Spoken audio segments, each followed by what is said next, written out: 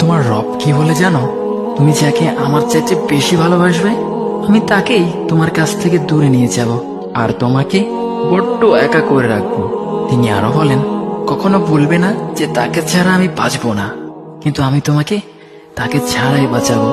পিছনের সব আবেগ কেড়ে নিয়ে তোমাকে দিব্যি সামনে এগিয়ে নিয়ে যাব।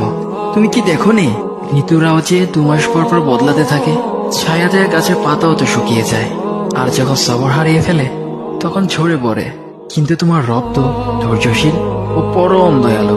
তিনি তো সেই ঝরে যাওয়া পাতার ঢাল থেকেও সবুজ পাতা গজান। তুমি কি দেখছো না তোমার স্রষ্টার এই নিদর্শন? যে মানুষটাকে তুমি নিজের জীবনের চাইতেও বেশি ভালোবাসতে, সেই মানুষটাও একদিন অচেনা হয়ে যায়, তোমার মন ভেঙে যায়, এমনকি বন্ধু শত্রুতে পরিণত হয়, আর খানিক সময় পর শত্রু বন্ধুতে পরিণত হয়। যে মানুষটাকে তুমি নিজের জীবনের অংশ ভাবতে, সে মানুষটাও